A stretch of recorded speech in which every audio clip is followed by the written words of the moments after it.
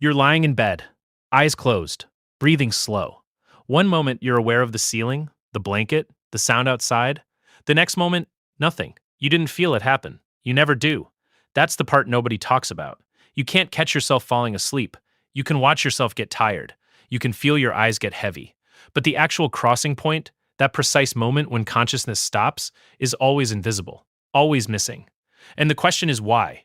Why does the brain erase the exact moment it shuts down? Because the answer reveals something strange about consciousness itself. Something neuroscientists spent decades trying to explain. Something that still isn't fully settled. Here's what we know structurally. Sleep isn't one thing. It's a sequence. Your brain moves through stages, each one measurably different from the last. Stage 1 is the shallowest. Eyes closed, body slowing, but still responsive. A door slam brings you right back. This stage lasts maybe 10 minutes. Stage 2 goes deeper. Heart rate drops. Body temperature falls. Brain waves slow and show sudden sharp bursts called sleep spindles. These spindles matter enormously. They actively block incoming sensory signals. Your ears still hear. Your brain stops processing. Stage 3 is slow wave sleep. Delta waves. Deep, slow, enormous electrical patterns rolling across the cortex. This is the restorative stage. Growth hormone releases here. Memory consolidation begins. Getting dragged out of this stage feels violent, disorienting, wrong. But none of those stages answer the real question. The question is about the gap, that missing seam between awake and asleep. Neuroscientists call it sleep onset. And what happens there is genuinely strange. The thalamus is a small structure seated deep in the brain. Think of it as a relay station. Every sensory signal coming in, sound, touch, light, passes through the thalamus before reaching the cortex. When you're awake, the thalamus is open. Signals flow freely. Awareness stays intact. At sleep onset, the thalamus closes. Not slowly, not gradually. It shuts down in seconds. And when it does, sensory input stops reaching the conscious brain entirely. You don't go quiet. The gate closes. That shutdown explains part of the mystery, but not all of it. The thalamus closure is the most obvious mechanism, but it's not the only change happening at sleep onset. The brain simultaneously reduces blood flow to the frontal regions responsible for critical thinking and attention. This isn't a gradual decrease. It's a targeted reduction in metabolic demand. The prefrontal cortex, the region most essential for logical thought and self-reflection, sees the sharpest decline. Without its full power, the brain can't construct coherent narratives about what's happening to it. The experience loses internal consistency. Even if sensory signals did break through the thalamic gate, the brain wouldn't be equipped to process them meaningfully. It's as if someone turned off both the telephone switchboard and the person answering the phone simultaneously. Because there's a gap even before the thalamus closes. A period of maybe 30 seconds, sometimes longer, where you're technically still awake but already losing coherent thought. Scientists call this hypnagogia, a threshold state. Neither awake nor asleep. The brain starts producing imagery without intention, sounds without source, fragments of thought that don't connect. You might hear your name called, see a flash of color, sense falling. Then your body twitches hard. That's a hypnic jerk, a muscle contraction firing suddenly. Neuroscientists still argue about why. One theory says it's a vestigial reflex, a signal from an ancient nervous system convinced the body is falling from a tree branch. The body jerks itself awake to prevent the fall. Whether that's accurate or not, the jerk is real. Most people have felt it, usually right at the edge. Hypnagogia is also where memory encoding breaks down completely.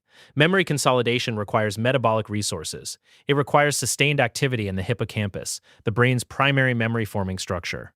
As sleep onset approaches, hippocampal activity drops sharply. The brain isn't recording anymore. Experiences stop being written into long-term storage. You're conscious, technically, processing information, technically. But the recorder is off. So even if you're aware of drifting for 30 seconds, that awareness leaves no trace. By morning, it's gone. Not suppressed. Not buried. Just never stored. There's nothing to retrieve because nothing was ever saved. There's a second mechanism running alongside this. Adenosine.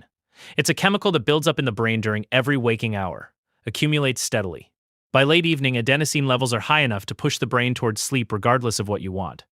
Caffeine blocks adenosine receptors, temporarily. The adenosine keeps building underneath. That's why the crash comes.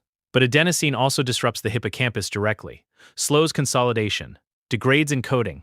So not only is the thalamus closing the sensory gate, the chemistry driving you towards sleep is simultaneously destroying your ability to form new memories. Both systems running at once. Neither one alone creates the blackout. Together, they make it inevitable. The timing of adenosine's peak effect is particularly precise. It doesn't just reach a threshold and stop accumulating. The adenosine surge accelerates as evening progresses, creating a chemical pressure that becomes almost unstoppable by midnight. This surge doesn't just affect memory circuits. It also influences the brain's ability to maintain emotional regulation and logical processing. Under high adenosine pressure, the brain becomes progressively less capable of managing complex thoughts. The mind drifts more easily. Focus fragments. This chemical cascade works synergistically with the structural changes happening in the default mode network and the thalamus. Each system reinforces the others. The gates close faster. The memories vanish more completely. The transition becomes smoother and less detectable. Some people claim they can feel themselves fall asleep, that they're aware of the exact moment. Researchers tested this directly. They connected subjects to EEG machines and tracked brainwave activity in real time. Subjects were told to press a button the instant they felt consciousness slipping. The result was consistent. By the time they pressed the button, EEG readings showed they'd already been in stage 1 sleep for several seconds. They felt the moment, but they felt it late. Their perception of when the transition happened was always delayed, always trailing the actual event. The brain reported the crossing after it had already occurred, not during, never during. That delay reveals something deeper. Consciousness isn't a live feed. It's an edited version. The brain processes information and then presents a smoothed over, slightly delayed version to awareness. Normally that lag is too small to matter, milliseconds. But at sleep onset, the lag becomes catastrophic. The transition happens fast enough that by the time consciousness receives the signal that something is changing, the signal pathway is already shutting down. The message never arrives. The lights go out before the warning gets delivered. There's one more piece. The default mode network, a set of brain regions that stay active when you're not focused on external tasks. Daydreaming, mind-wandering, internal thought. As sleep onset approaches, the default mode network destabilizes. Its internal connections begin to fragment. Regions that normally coordinate start to decouple. The continuous background narrative of self, that quiet sense of being you, breaks apart. Not all at once, piece by piece. You lose the thread. You stop tracking time. The story of the moment dissolves. And because memory requires a stable narrative context to encode properly, the fragmenting of this network is the final blow. Sensory input already blocked. Memory chemistry already degraded. Now the very structure of self-awareness is coming undone in real time. Some researchers frame this as protective, deliberate.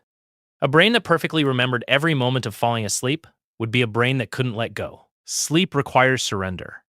The voluntary dismantling of vigilance, a nervous system that fought that surrender, that clung to awareness at every stage, would never achieve the deep restoration it needs. The forgetting isn't a flaw. It's the system working correctly. Every mechanism that leads to the blackout, the closing thalamus, the rising adenosine, the collapsing default mode network, all of them point toward the same outcome. Stop encoding. Stop monitoring. Let go. Dreaming complicates this further. During REM sleep, the brain becomes intensely active again. Memory-adjacent regions light up. Emotion centers fire. The thalamus partially reopens. You experience a vivid internal world. And yet most dreams disappear within minutes of waking. The same mechanisms apply. Dreaming generates no permanent trace unless consolidation happens before the sleep cycle ends. Wake too fast, move directly into the day, and the dream dissolves exactly the way the onset did. Never stored, never retrieved, just gone. Researchers have started mapping these transitions with more precision in recent years. High-density EEG combined with real-time tracking shows the exact sequence of regional shutdowns during sleep onset. The frontal lobe goes quiet first, then temporal regions, then parietal. The cortex doesn't power down all at once. It shuts off in sequence, like a building at night, floor by floor, window by window, until only the deep structures are still running, maintaining the body, cycling through stages, doing the biological work that waking can't accomplish. And somewhere in that sequence, the last conscious moment happens. No fanfare, no signal, no warning. Just the final thought, half-formed, already dissolving, slipping past the point where memory can hold it. That's what sleep onset truly is. A perfectly orchestrated erasure, not a failure of consciousness, an intentional disappearance. The brain didn't forget the crossing point. It made sure you never knew it was coming.